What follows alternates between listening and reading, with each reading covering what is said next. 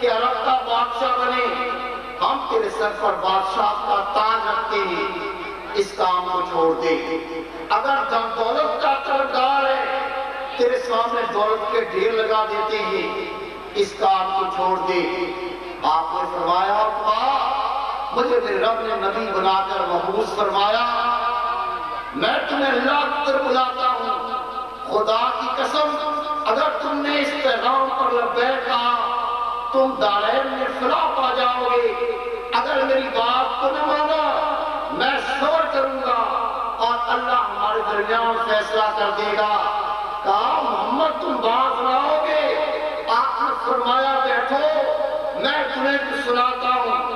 حدیث پاک پڑھ کے دیکھیے، قرآن پاک اس پر نازل ہوا تھا اور رسول پاک کی ذات گرامی کی رب کے محبوب نے اپنی زبان مبارک سے سورۃ حامیم کی تلاوت شروع کی۔ جب آیت سجدہ پر پہنچے رب کے رسول نے اپنا سر سیدھی کر دیا۔ عتبہ دیکھتا رہا، قرآن پاک سنتا رہا۔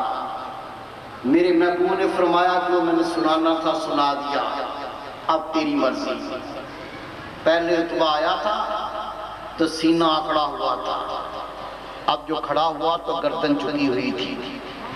پہلے جب آیا تھا یہ تکبر کا پیکر بن کر آیا تھا، اب واپس پلٹا تو عظیم ساری کا پیکر تھا۔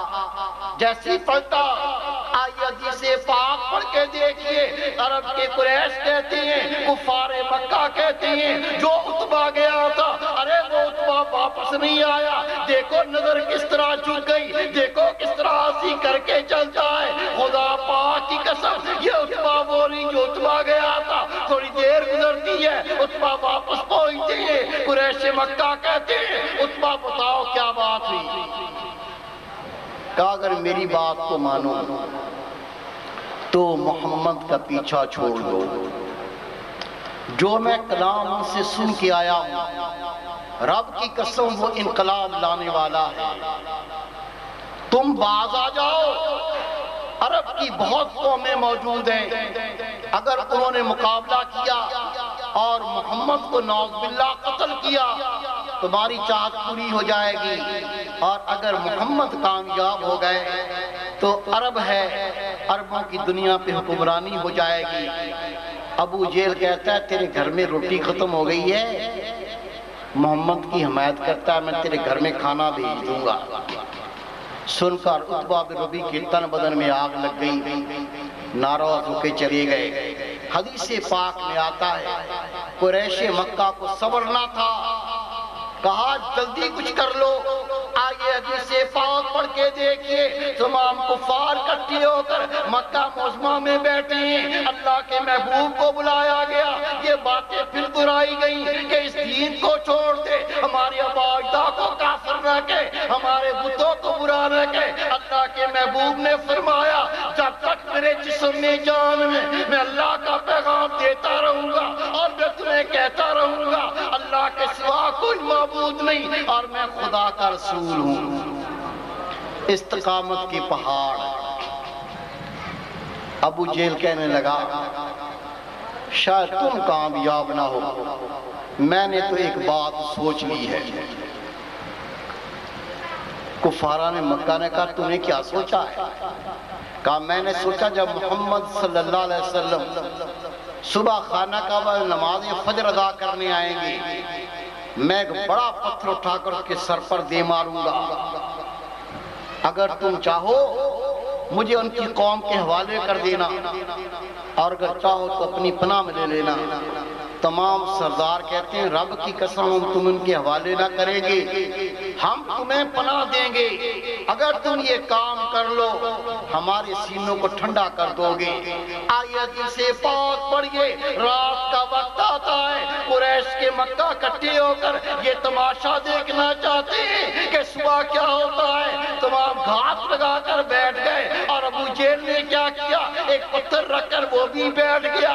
صبح نماز کا وقت ہوتا ہے، رسول پاک تشریف فرما ہوتے ہیں، آپ نے پہلے قیام کیا پھر رکوع کیا، جب سجدے میں گئے ابو جہل نے پتھر اٹھایا اور اللہ کے محبوب کی قریب پہنچا، جیسے قریب پہنچا ایسے ایسے پلٹ کے بھاگا کہ بدواس ہو گیا، چیخے مارتا ہوا ہائے میں مارا گیا، ہائے میں مارا گیا کہہ کے بھاگتا ہے، اور جس ہاتھ میں پتھر تھا وہ ہاتھ سوکھ کے ٹیڑھا ہو گیا۔ اللہ اکبر یا رسول اللہ۔ قریش مکہ نے کہا ابو جہل محمد کے سر پر پہنچ کے واپس آ گیا، یہ تو نے کیا کیا؟ کہا رب کی قسم اتنا بڑا اونٹ، اس کا اتنا بڑا سر، اتنی موٹی گردن، اگر میں چند ساتھ رک جاتا وہ مجھے چبا کے کھا جاتا۔ تم نہیں دیکھتے میرا ہاتھ سوکھ گیا، تم نہیں دیکھتے میرا ہاتھ ٹیڑھا ہو گیا، میں کچھ بھی نہ کر سکا، اور روتا ہوا ابو جہل ذلیل ہو کے واپس لوٹ گیا۔ جن لوگوں نے رسول پاک پر کلمہ پڑھا ان کا ذکر سنتے جائیے، وہ کس طرح سے استقامت کے پہاڑ تھے۔ بی بی سمیہ رضی اللہ تعالیٰ عنہا یہ پہلی عورت ہے جس نے اپنی جان اللہ کے نام پر قربان کی، اور دین اسلام جب اللہ کے محبوب نے جب دین اسلام کو چاہیا تو بی بی سمیہ وہ ذات ہے جس نے سب سے پہلے اپنی جان کا نذرانہ پیش کیا۔ ابو جہل کی لونڈی تھی، رسول پاک صلی اللہ علیہ وسلم پر کلمہ پڑھا، ابو جہل کو معلوم چلا، کہا سمیہ تو میری لونڈی ہے، میں تیرا آقا ہوں، میں تمہیں اجازت نہیں دیتا کہ تم محمد پر کلمہ پڑھو، اس کا دین قبول کرو۔ بی بی سمیہ نے فرمایا میں خدا کے محبوب کی ہو گئی، میں نے دین اسلام قبول کر لیا، جو تیرے من میں آتا ہے کر کے دیکھ لے، میں دین اسلام نہیں چھوڑ سکتی۔ ابو جہل کو بڑا غصہ آیا، پڑھیے حدیث پاک، ابو جہل نے بی بی سمیہ کو ستون سے باندھا، ہاتھ میں نیزہ لیا، وہ نیزہ اس کے انی جسم میں چبوتا، نیزے کو گھماتا، کھال ادھڑتی، جسم سے خون کی دھار نکلتی۔ بی بی سمیہ کہتی جو کرنا چاہتے ہو کر کے دیکھو، رسول پاک کا کلمہ نہیں چھوڑوں گی۔ خدا کی قسم پڑھیے حدیث پاک، آپ کے صاحبزادے آئے، دیکھا تو ماں کی ہاتھ دیکھی نہ گئی۔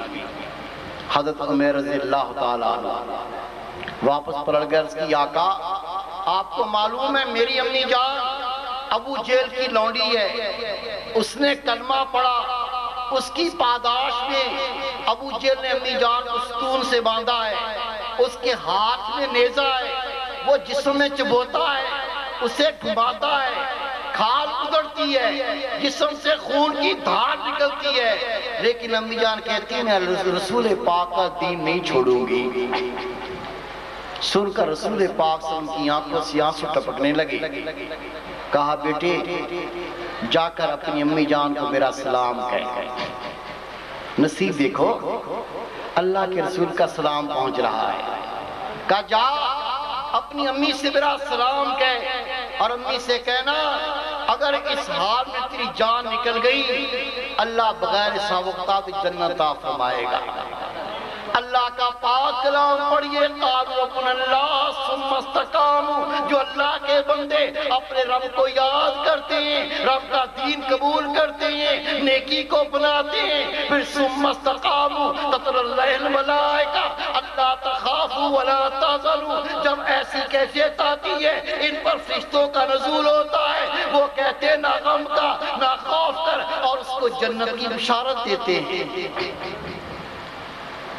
کہا جا کے میرے محبوب سے کہہ آقا ابھی جان نہیں نکلی، روح جسم سے جدا نہیں ہوئی، میں جنت کا مقام دیکھ رہی ہوں۔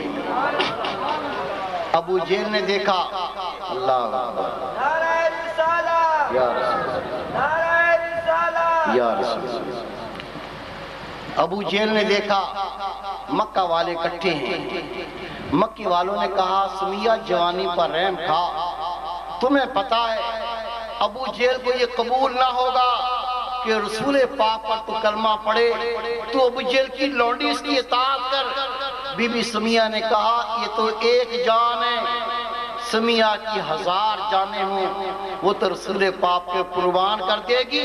یہ سن کر ابو جہل کے تن میں آگ لگ گئی۔ حدیث پاک پڑھ کے دیکھیے، اس نے 2 اونٹ منگوائے، ایک اونٹ کو دائیں طرف کھڑا کیا، دوسرے کو بائیں طرف کھڑا کیا، دائیں کان کو دائیں اونٹ سے باندھا، بائیں کان کو بائیں اونٹ سے باندھا۔ مکے والوں کی چیخیں نکل گئیں، اور ظالم کیا کرتے ہو، اور اللہ کے بندے کیا کرتے ہو۔ ابو جہل کہتا ہے ایک موقع دیتا ہوں، رسول پاک کا کلمہ چھوڑ دے نہیں تو پچھتائے گی۔ بی بی سمیہ کے چہرے پر مسکراہٹ ہے، اسے کیا معلوم، وہ تو جنت کا مقام دیکھتی تھی۔ کہا جو کرتا کرنے دو، اللہ کا دین نہ چھوڑوں گی، رسول پاک کی غلامی نہ چھوڑوں گی۔ ابو جہل نے دونوں اونٹوں کو ہانک دیا، آپ 2 حصوں میں تقسیم ہو گئی، کلمہ نہیں چھوڑا۔ ہمیں کیا مشکل آئی ہے؟ سر میں درد ہو جائے، ارے بھائی صبح سے تو نے کوئی نماز ہی نہیں پڑھی، کیا کروں سر میں درد ہو رہا، قربان تیرے درد پر۔ او بھائی تو تو بڑا نمازی تھا، فجر کی نماز میں دیکھتا ہی نہیں یار، آنکھ نہیں کھلتی، آنکھ نہیں کھلتی۔ سن میرے بھائی، میرے بیٹے، رسول پاک صلی اللہ علیہ وسلم فرماتے ہیں جہنم کا سب سے کم عذاب یہ ہے، جہنمی شخص جس کو سب سے کم عذاب دیا جائے گا، اسے جہنم کی جوتی پہنائی جائے گی، اس سے اس کا دماغ اس طرح ابلے گا جس طرح دیگچی میں پانی ابلتا ہے، اور پانی بن کے کانوں سے نتنوں سے بہتا پھرے گا۔ اور جس نے جان بوجھ کر ایک نماز قضا کی ہوگی، چھوڑی نہیں، جان بوجھ کر قضا کی ہوگی، اسے 80 عقبے جہنم کا عذاب ہے۔ عرض کی آقا عقبہ کیا ہوتا ہے؟ رب کے محبوب نے فرمایا ایک عقبہ 80 برس کا ہے۔ صبح آنکھ نہیں کھلتی، نوکری کا لیٹر مل جائے، نوکری کون سی؟ چپڑاسی کی نوکری، پیون، لیٹر آ جائے کہ صبح تیرا انٹرویو ہے، رات کو 10 دفعہ آنکھ کھلتی ہے، دیر نہ ہو جائے انٹرویو پہ جانا ہے۔ یہ نماز چپڑاسی کی نوکری سے بھی چھوٹی چیز ہے، جس کے لیے رسول پاک فرمائے بھی آنکھوں کی ٹھنڈک، جو اللہ کے رسول کی آنکھوں کی ٹھنڈک وہ چپڑاسی کی نوکری سے بھی کم ہو گئی۔ میرے بھائی، میرے بیٹے، بہت جلدی آنکھیں بند ہونے والی ہیں، یہ سارے قصے کھل جائیں گے، لیکن پھر بیکار ہو جائے گا، پھر کام نہیں آئے گا۔ ہر شخص جس نے رسول پاک صلی اللہ علیہ وسلم کا کلمہ پڑھا ہے، وہ نماز پڑھنا چاہتا ہے، داڑھی رکھنا چاہتا ہے، گناہ چھوڑنا چاہتا ہے، نیکی کرنا چاہتا ہے، لیکن خدا کی قسم کر نہیں سکتا۔ کیوں نہیں کر سکتا؟ یہ دل سیاہ ہو گئے، دل سخت ہو گئے، دل پتھر ہو گئے، نیکی چاہنے کے باوجود کر نہیں سکتا، اور گناہ سے بچنے کے باوجود گناہ سے بچ نہیں سکتا۔ یہی باطن کی سیاہیاں اور گندگیاں ہیں جس نے اللہ سے دور کر دیا اور شیطان کے قریب کر دیا۔ میرے بیٹے، میرے بھائی، میری پیاری بہن، میری بیٹی، اگر بخار کا علاج ہے، اگر ٹی بی کا علاج ہے، اگر اور پیٹ درد اس کا علاج ہے، تو کیا ان کا علاج نہیں؟ ان کا بھی علاج ہے۔ اور رسول پاک اس دنیا میں طبیب بن کر آئے، دلوں کو پاک کرنے کے لیے آئے۔ جس نے اس تعلیم پہ عمل کیا ان کا دل پاک ہو گیا۔ پہلے وہ نماز میں پڑھتا تھا، جب دل پاک ہو گیا تہجد کے نفل بھی پڑھنے لگ گیا۔ یہ دل پاک کیسے ہوتا ہے؟ اللہ کے محبوب سے عرض کریں آقا ہم بھی دل پاک کرنا چاہتے ہیں، دل پاک کیسے ہوتا ہے؟ رب کے محبوب نے فرمایا ہر چیز کو پاک کرنے کا کوئی نہ کوئی آلہ ہوتا ہے، کپڑا گندا ہو جائے پانی پاک کرتا ہے، لوہا گندا ہو جائے آگ کی بھٹی پاک کرتی ہے۔ رب کے محبوب فرماتے ہیں دل کی پاکی اللہ کے ذکر سے حاصل ہوتی ہے۔ اللہ کا ذکر 2 قسم کا، ایک زبانی ذکر دوسرا دل کا ذکر. حدیث پاک ہے زبانی ذکر سے دل کا ذکر 70 گنا زیادہ شان رکھتا ہے، لیکن دل کا ذکر بندہ خود بخود نہیں کر سکتا، اس کی اجازت لینی پڑتی ہے. اللہ کا پاک کلام دلیل ہے، فَاسْأَلُوا أَهْلَ الذِّكْرِ إِن كُنتُمْ لَا تَعْلَمُونَ. پوچھو ذکر یا لو ذکر اہل ذکر سے اگر تم نہیں جانتے. ابھی میں آپ کو دل کے ذکر کی اجازت دوں گا، 10 منٹ میں طریقہ سمجھاؤں گا. اگر آپ نے عمل کیا خدا کی قسم میرا کہنا نہیں، چند دنوں میں اللہ دل کی زبان کو کھولے گا.